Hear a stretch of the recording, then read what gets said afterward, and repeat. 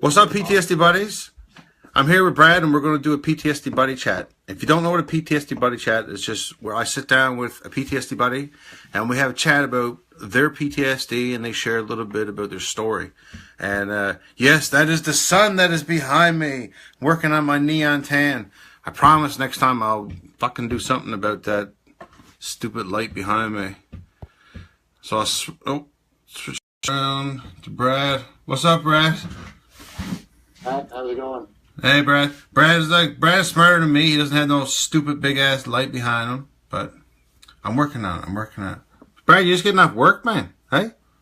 Yeah. I'm a contractor. I'm a roofer here. You're a roofer? Yes. Man, let me just say, people don't understand how hard roofers work until you fucking do some roofing, I think. I remember one of my first jobs was lugging shingles up a ladder. Yeah. I was like, my God. Yeah. Now, mind you, I was in good shape by the time summer was over. Yeah, it's seasonal, that's for sure. Yeah. Yeah. So, Brad, you, like me, you deal with PTSD? Pardon me? I said, like me and the rest of members, you deal with post-traumatic stress disorder. When did that enter your life? Or when and how? However you want to tell us. Well, I guess I pretty early on in my life, the first incident, I guess. There's been a few instances in my life, for sure, that have contributed to my PTSD. Yeah.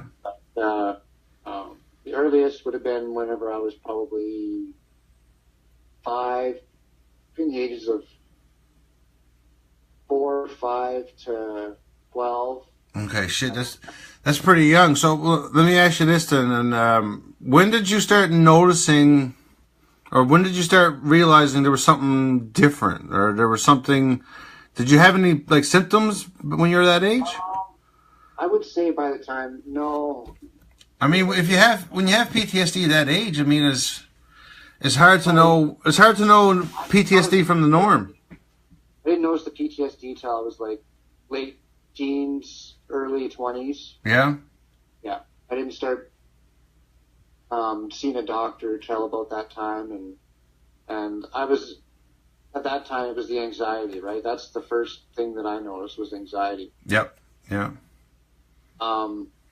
Now, it was the second incident in my life. Like, I was with this girl for about 13 years, and we separated, and in the separation, of course, like, when we first separated, it was devastating or whatever, but we got back together after she had a kid, and we were together for about another 3 or 4 years, and I built a relationship with him as well, and then we separated again. So that's whenever a lot of symptoms started coming out for me, other than the anxiety, like the dreams and not being able to eat and just being paranoid all the time. Yep. I've always been paranoid, though. Oh, yeah? I've always, yeah. But everything else, you know, it didn't really hit me until we separated, and yeah, been dealing with those kind of things since. I guess I should also bring up the fact that I'm bipolar too. So for a long time, I didn't really. I guess I'm just starting to understand and adapt to the fact that there's a difference, and that I am bipolar, and I have to treat it. When did you realize, or when did you know you were bipolar? They told me I was bipolar a couple of years after I started going to the doctor about the anxiety. Was it around the same time you found out about PTSD? It was close. It was similar. Yes. Yeah. Yeah. And you were what age were you? I'd say when I first started going to the doctor, I would have been about 19, 20, maybe 21. Okay. But at that time, I wasn't talking to them about depression or all the other things, right? Like, so I'd have to say, I can't remember exactly, but I was still in my early 20s. Yeah. Before I talked to a doctor. But you say it all started way back when you were like just a kid. Just a kid. Yeah. My mom was in a relationship with a man that was aggressive, characterized person. He was, I wouldn't say I was physically assaulted on a regular basis. There was a few times. Yeah. It was more mental abuse and verbal abuse. Mm-hmm. But when you grow up as a kid in that kind of environment and you see your mother under physical and verbal abuse as well, it's like, because he would toss my mom around, right? Really? And when you see that kind of stuff at that kind of an age, it does the same sort of damage, whether it's, doesn't matter. Definitely, buddy. Definitely. Yeah. Yeah. So whenever they divorced, he was on H because he had brain damage from a hang gliding accident. Okay. So he didn't work. He would spend his time stalking us, and he went as far as hiring a private investigator and the whole 9 yards. So we were always every 6 months moving. No way. Oh yeah, this went on for years until I was about 13 or 14 years old. Man, being stalked is enough to send you over the edge. Yeah, it is, and that's what I mean. That's why I was always paranoid, right? Yeah. Always looking behind. When I'm sitting in a restaurant, I have to sit somewhere I can see everybody, see the door. I've been like that since I was a kid. Yeah. Marina sending you hugs there, Bradley. Bradley, as a veteran, I can feel the same way, man. I still have days where I tell the wife, I got to sit with my back to the wall here. Yeah. Most times. times. Know your story too, right? Yeah. Not your one book there, but I found, because I joined the military, I joined the reserves, and I only got to do my basic training and a few other trainings. Like I stayed in just about to my QL3s. Yep. But I found that it actually helped me more than anything, right? It was one of the best things that, for me, I wasn't a war vet, right? Yeah. My brother has been overseas, and every time he goes overseas, I pray to God that he just quit. Mm-hmm. He finally did quit, but now he's joining the Australian Army. So. No way. He really loves it, eh? His wife's from there, so. Yeah. What's that? I've been in Australia before. It's a beautiful place. I love Australia. If you've never been and you can go, I definitely recommend it. The only thing I love more in Australia is the people there. Man, I love the people in Australia. I agree. So I guess that's about it in a nutshell for, I guess, why I don't know what else to say, really. Okay. Well, let me ask you this. You said you talked about some symptoms you first started having when you were young. What kind of symptoms were they? When I was young, I guess, like, other than anxiety, the only thing I really noticed was lower self-esteem. Not really, it's hard to explain, right? Do you remember your first anxiety attack or your first panic attack? I think my first panic attack, I almost went into a seizure, I think. Yeah. I always ask somebody their first one because it seems like the first one is always the worst one because you don't really know what's happening. The first one was. I think the second one or third one was. Really?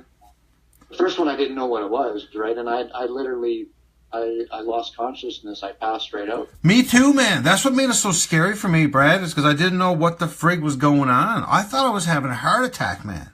Yeah. I was walking through a grocery store, man, and all of a sudden my heart would start, and I couldn't breathe, man, and I passed out right in the cereal oil, man. Not in a long time. It's probably been 2 or 3 years since I've had one like that. Yeah?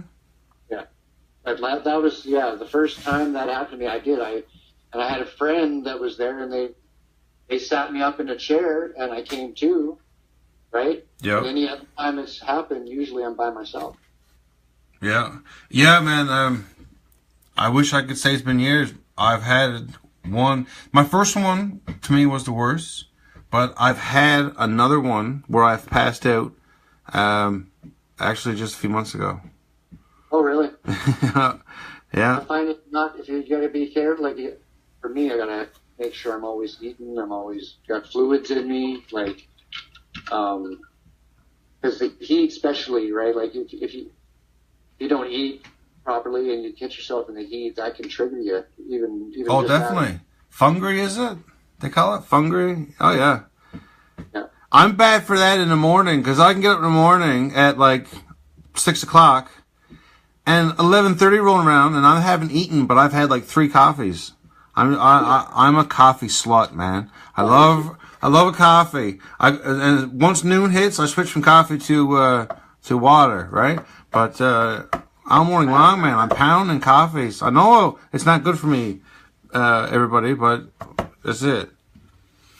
So I don't know, does anybody have any questions, I guess? Because I don't know what else to really explain. Like, for me, I guess it's been more of a battle, um, realizing that bipolar's got me under the wraps more than PTSD. And when I get on a manic like phase on the bipolar side, I'll do things that, or be in situations that'll trigger some of the PTSD, I guess. Yeah. One can trigger the other. Well, I have a question, Brad. When when you started having, I guess, when you started noticing PTSD, was it you that first noticed changes or different things in you, or was it a friend or a family member who approached you and said, "Hey, man, something's going It would have been on"? my ex-girlfriend. Your ex-girlfriend? Yeah, because just in my sleep, right? Lashing out in my sleep, in my dreams and stuff like that. Right, right, yeah. Yes, I guess she was hearing you calling out or yelling out in your sleep. Yeah, my wife was complaining to me about that too. We're not really complaining, It still goes on today. Like Ilsa, who I'm with now, right? She deals with it on a nightly basis. yeah. I got obsessed with it for a while, Brad.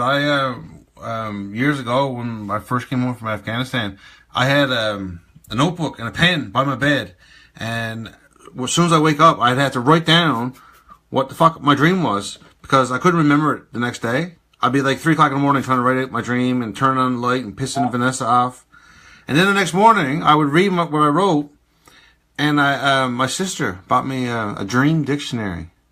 Uh-huh. And I would like pick out certain things. Like if I had a dream where there's a vampire chasing me, well, vampire was like the thing about the dream that stood out. So I would look up vampire in a dream dictionary, and it says it means you are. What does it say? It means you were in a relationship that you don't want to be in, and it doesn't mean like a relationship. It could be friendship. It could be a job. It could that's what it said. It could be anything like that, right? Yeah. But that could be anything. yeah, exactly. Yeah, but whatever it is, there's something in your life that is sucking the life out of you. So the dream dictionary says you could have a dream about a vampire. So I was having this dream about this stupid vampire. Anyway, once I figured it out, I never had the dream anymore, man. So I'm not saying it's going to work, but that's something that worked for me. I do have memory. I do get the memory problems too with the dreams, but even just with everything else, right? Oh God, don't get me started on the memory. I wish I could tell you some examples. I don't remember any. I agree. Yeah. What I fucking hate is being upstairs and going, oh, I gotta run downstairs and get the blah, blah, blah. And then I run downstairs and then I'm standing down there going, the hell did I come down here for? That's part of the reason why I was a little bit late getting to the computer. Yeah. All the time. Oh man, my memory, man. Drives me nuts. I think when I die, I'm gonna be reincarnated as a goldfish. I heard a goldfish had a 3-second memory. I said, I'm borderline that right now. Yeah. Me as well on days. Yeah. Well, look, I still got some questions here. You said you have a lot of dreams. You never said you had a lot. You said you had some nightmares. You ever have any reoccurring nightmares? I do. Not nearly as much, but more when I was a kid. I can still remember a dream that I used to have when I was a kid. Well, yeah. The funny thing is that it wasn't a visual dream. It was all audio. Okay, you got to tell us the dream. No, I don't understand. It was all audio. So you, It's all well, you audio. it was like you just seen blackness? Yeah, there was no, I couldn't see anything. It was just all voices. Shit, man. How do you know it was a dream? I don't, but, oh yeah, because it was a whole bunch. I think it was just the principle. It was like But what'd you hear? random words, a bunch of muffled. I couldn't make out what it was saying because it was like a whole bunch of voices all talking at once. Some were talking fast, some were talking slow, some were talking Shit, loud. Brad. Listen, I watch more than I should of ghost shows. So all I can think about is like you're just hearing whispers. Yeah. I am a believer, and No, I'm me sure as people well. will comment on that. We're not here alone, that's for sure. So, but this was a reoccurring dream. Yeah. So this happened more than once. This happened a lot when you were a kid. It was a nightmare too. Like it wasn't just a dream. Like it was frightening. It was frightening. Yeah. Yeah. Did you ever tell anybody about this? Oh yeah, it was so long ago, and it's the only dream that I know that was reoccurring that I can remember over, a vast amount of time. And you could never make out what they were saying, hey? No. It was like if you were watching a busy world go by and everybody was all talking at once. Yeah. That's creepy. Yeah, I guess it could be. Yeah. Hey man, you ever have a dream where everything was black and white? No. No? I've had that once, and I've had that with a few people with PTSD where they had a dream where everything is in black and white. Yeah. Interesting. In my second book, I wrote about it. I had a dream where it was like the 1920s, where the ladies had the long cigarettes, and there's like a band playing and an orchestra. You know what I mean? Ooh. What was that? That was the thunder. Yes, boy. But yeah, I had a dream like that where everything was in black and white. Everything except the dress my wife was wearing. My wife was wearing a red dress. Pardon me? I said I had a dream once where everything was in black and white, and we were at a ball. It was me and my wife. Everything was in black and white except my wife's dress. Her dress was really, it was really bright red. Oh, that's creepy. Of course, then the dream got all death, and because somebody ran in with machine guns, and anyway, yeah, it turned into one of those dreams, right? Yeah. But yeah, I've had a few people tell me about the black and white dream. Interesting. Yeah. I asked that because I always wondered what's the meaning behind it. Why is it in black and white? So if anyone's ever watching in this video and they know about the black and white dream, you got to make a comment. You got to so I can sleep at night. Yeah. What other symptoms have you been shown besides anxiety, buddy? Other than not sleeping well and always being paranoid all the time, You must have the social anxiety then, hey? I guess. Yeah. Well, that goes hand in hand a little bit with paranoia sometimes. Yeah, it depends on where I'm at and who I'm with. But so yeah, I guess I do. It's not like I'm scared to go out. Yeah. But you know what I mean, like within reason. How is Brad when he walks through the mall? Through the mall? Yeah. I'm all right through the mall. Yeah? Okay. I'm all right through the mall. I was just trying to think of a populated spot. The mall comes to mind. If it was something more enclosed and there's a lot more people, like in a stadium or something like that, then I'm a little bit more uncomfortable in the stadium. Yeah. Yeah, but malls, I don't know. There's a lot of exits in a mall. I guess. I don't know. Do you know your triggers, Brad? Not so much. I think I'm still learning what they are. Yeah. Is there any kind of trigger that you can think of that comes to mind? Like for me, the first one I can think of right now that comes to my mind, I got a few. Someone in front of me driving slow. Oh yeah. Yeah. I don't know what it is. I don't know what it is. I I do have some road rage. We do have a rule in my house. My wife drives in city driving. I do the highway driving. For me, I think it would be the opposite. People driving fast? No. If they were driving behind me slow. Oh, okay. Well, I constantly feel like someone's following me. Oh yeah. If you take the same 3 turns as I do, yeah, I'm watching you like a bugger, man. I'll slow down and everything. Yeah. Oh. Turn the opposite way you want to go, just to see. Yeah. Yeah. Oh yeah. White knuckling it, eh? Yeah. I think I watch behind me more than I do in front of me when I'm driving. Oh yeah. Oh yeah. Yeah. I find when someone coming up behind me, I tend to speed up. I'll admit that. Yeah. Yeah. Yeah, I think I do too. Yeah. Yeah. I don't want to be the guy that you ever be on the I tell you, okay, here's one that pisses me off, and I've said this a few times. When you're on the highway and you're driving on the highway and you come up behind somebody and the speed limit's 100 and we're doing like 60, so I don't like you right now, right? We're doing 40 below the speed limit. So I wait for a passing lane, and then a passing lane comes up on the highway, and I go to pass the guy. So now the guy decides to speed up. So now we go from 60 to 80 to 100, 120, and I'm on the side of this guy. We're doing 120 now down the fucking highway. What is this guy's problem? Right? He was just doing 60. Right? Oh my God. Hang on a second. There's like a spider crawling up the wall. Hiya! There we go. If my wife was here, I would totally be a hero. Funny, the lightning and the thunder went right after you did that too. So if people can hear that in the video, that'll be fun.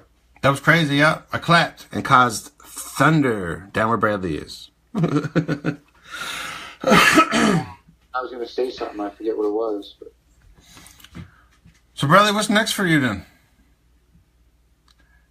Well, let me ask you this. Before I ask you that, what are you doing to deal with your PTSD? See, that's what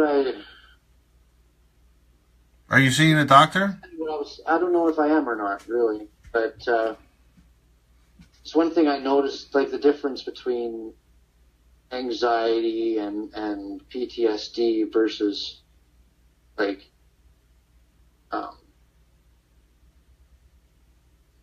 somebody who's going through, like, an adrenaline rush or some kind of like, everybody gets scared and panicked and those sorts of things, but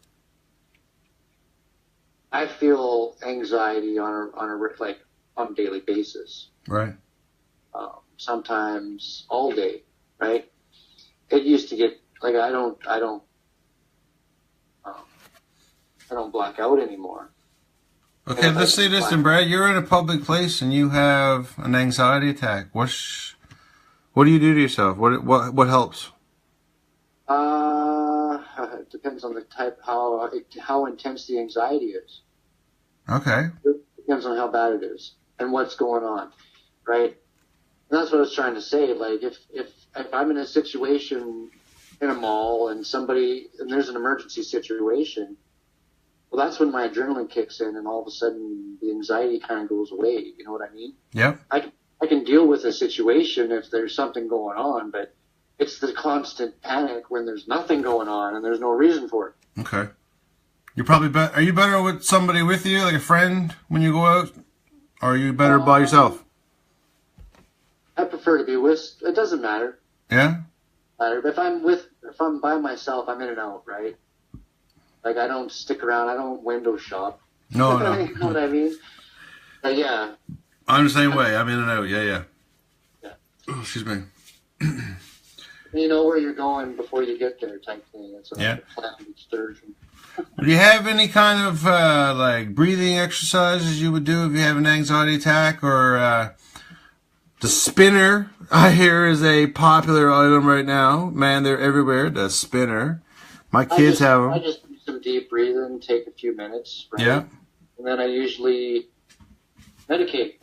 I'll smoke some MJ and relax, take a few minutes, and that's about it.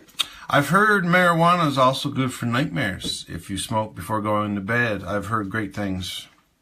Yes, and that's for a lot of the yeah. I honestly can't remember the last time I had a nightmare. Yep.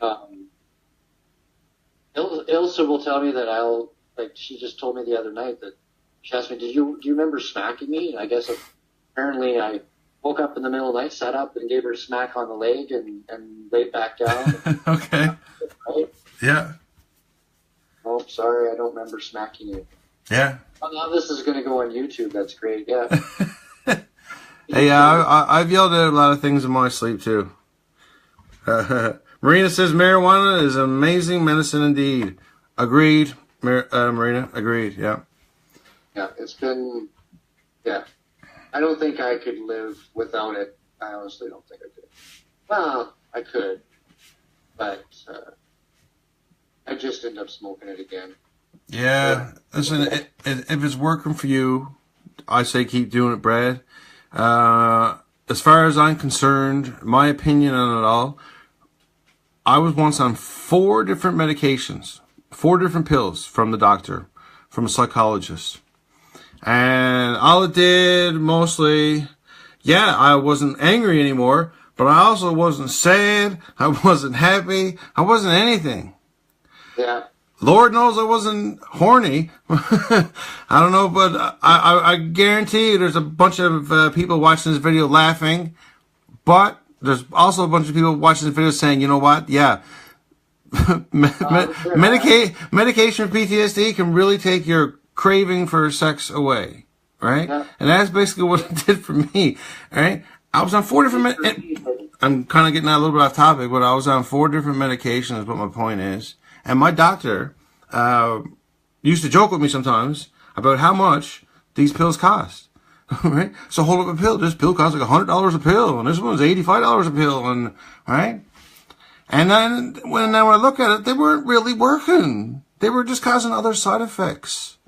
But now I got something called marijuana.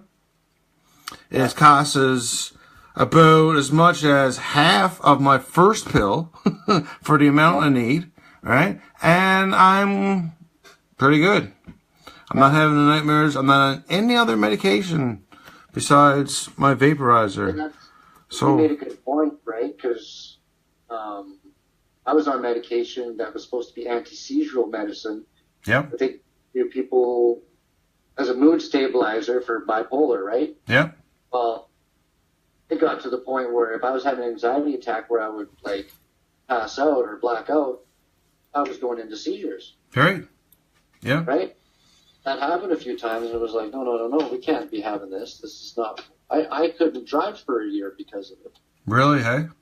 Yeah, because all of a sudden it went, yeah, exactly. Well, I got a friend of mine who was in Afghanistan, and since Afghanistan, he got PTSD, and he's been on, for the last, let's say, 11, 12 years, he's been on so many different medications that he's now on just one medication. It's a medication for his kidneys. His kidney is fucked up because he's been on that much medication for that long. So now he smokes weed and takes a pill for his messed up kidney for all the pills he's been taking over the years. Wow. Yeah. You know, when it comes to marijuana, my favorite description of it is done by a person named Cat Williams. Cat Williams is a comedian, and you can, if people are watching this and you want to watch the video I'm talking about, go on YouTube and type in Cat Williams weed. He's wearing a green coat and he talks about weed. And what he basically says is marijuana is natural. It's a plant. And if you so happen to set it on fire, there are some effects. Hungry, happy, sleepy. That's it. Right? I have friends who have taken a bunch of pills and died. I don't know anyone who's taken a bunch of marijuana and died. No. Right? Aspirins are perfectly fucking legal. So are Tylenol. If you take 15 of them, you're going to bed for a long time. Right? But marijuana is still illegal in most places. I don't want to get into the legality. There's a word there somewhere. That's the right word. Yeah, of marijuana, because I don't understand all the rules. But I am pro marijuana for medical use. I'll say that. So Brad, let me ask you this then. What's next for Brad? What's next for Brad? Right now, I am just trying to run my own businesses, keep myself busy, keep some money running in, right? Because that's what we all got to do. And doing that, like, I have a hard time working for people. Yep. I'm better off just working by myself, for myself. And that keeps me busy. That keeps me... Should I ask you what you do, or is that a whole nother video? Yeah, but I also... I mean... I know about the roofing, but you sound like you're talking about a self-employment thing. Yeah. Well, that's all I can do, right? I have a delivery service. I have my roofing gig, and I have a couple things online that I do that are just kind of like affiliate marketing type stuff. So, yep, computer-based stuff. Yeah. All right, on, man. Well, keep doing what you're doing, bro. Yeah. That's the same thing I think we're all doing what we can do to keep the money coming in. You got a message for our viewers out there who are watching and struggling with PTSD? I guess the best thing I could say is just keep reaching out for support, because that's about the only thing that we got right now. You know, there's not much out there for PTSD. Yeah, I hear that. I hear that, man. That's one thing that all members seem to be, I don't want to say complaining about, but talking about, is trying to find that resource out there, trying to find that place to go, right, for PTSD. Here in St. John's, Newfoundland, where I live, our building for mental health is called the Waterford Hospital. And I was told it's the oldest building in North America.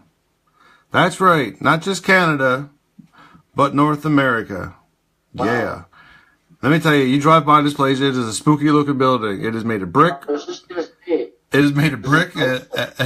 And like, I went by once, man, because I had to go visit somebody in there. And it was such an experience that I put it in my public speech that I do about PTSD. Because people think, well, the reason why I get calls to do speeches on PTSD, Brad, is because I try to make it funny, right? And man, I tell this story about going to the Waterford Hospital. It was like an episode of The Walking Dead, and I'm not trying to make fun of anybody, but it was like 8 o'clock at night. I got there, and it was like, I swear to God, there was fog going through the trees, and there's no smoking section, so everyone is just scattered across the field going into this place. They're all smoking, and they all got hoods up and hoodies up with the hoods up, smoking cigarettes with goatees on, and then pajama pants, because they all live in the hospital, and they're just walking around. Nobody's talking to each other. They're all separate and blowing smoke, and I'm not trying to make fun, like I said, but it looked like zombies walking around, smoking a cigarette, and I'm like, I don't even fucking want to go in there, right? All I could think about was a poor woman who has gone through something traumatic, like been sexually assaulted or, God forbid, raped or whatever, and try to walk into this hospital looking for help. I am a 6 foot tall, 250 pound man, and I was scared walking into this building. I can't imagine what it would be like for a young lady who's very small and has been assaulted.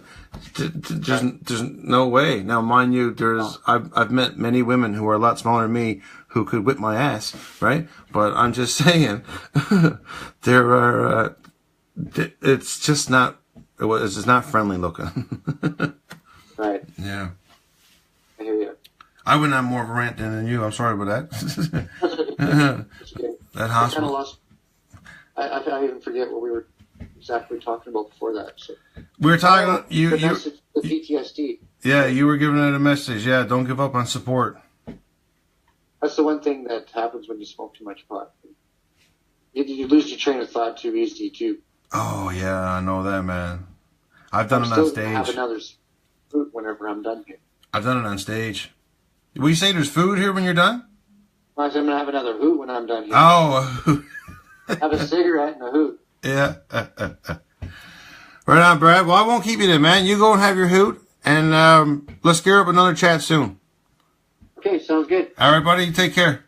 Yeah. Cheers. Bye. All right, guys. That's it for our PTSD buddy chat for tonight. Thanks to everyone who tuned in. Just leave your comments, and we're going to be posting this on YouTube. If there's anyone who would like to do a PTSD buddy chat with me, just send me a message, and we'll line up a date and time, and we'll get it done. All right? Cheers, everybody.